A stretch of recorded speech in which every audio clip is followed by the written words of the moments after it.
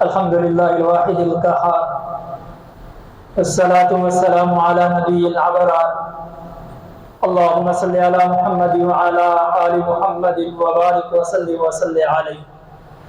قال اللہ تبارک وتعالی فی القرآن المجید والفرقان الحمید الذی خلق الموت والحیاة لیبلوکم ایکم احسن عملا.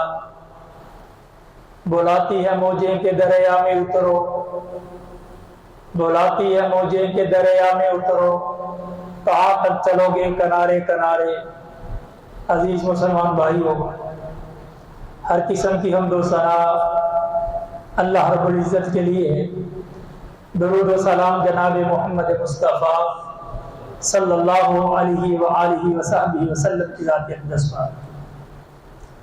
اللہ رب العزت نے موت و حیات کو پیدا کیا، یہ سب میرے رب کی نعمتیں اور انعامات ہیں.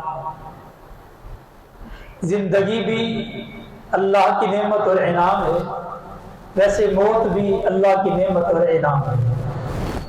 ان کو پیدا کرنے کا مقصد اللہ رب العزت نے بیان کر دیا، لِيَبْلُوَكُمْ أَيُّكُمْ أَحْسَنُ عَمَلًا، تاکہ ہم دیکھیں تم میں سے کون ہے جو اچھے عمل کرتا ہے.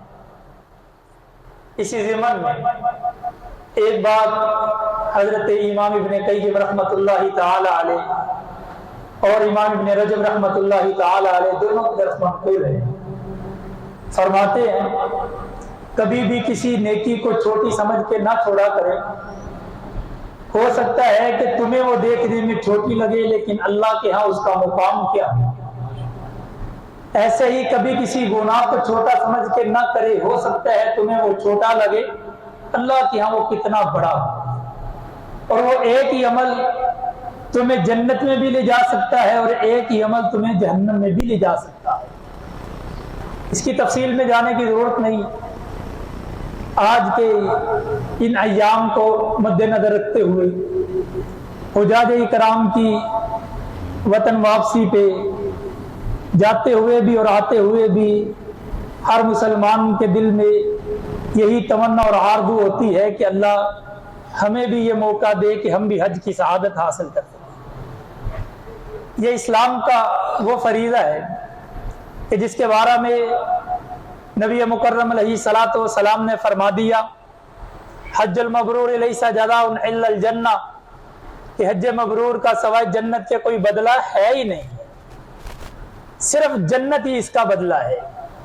کہیں فرما دیا کہ حج مبرور، حج کرنے والا اللہ کے ہاں ایسے ہوتا ہے راجع کا یوم ولدت امہ، جیسے آج ہی اس کی ماں نے اس کو جنم دیا، اللہ گناہوں سے پاک کر دیتا اور صاف کر دیتا ہے.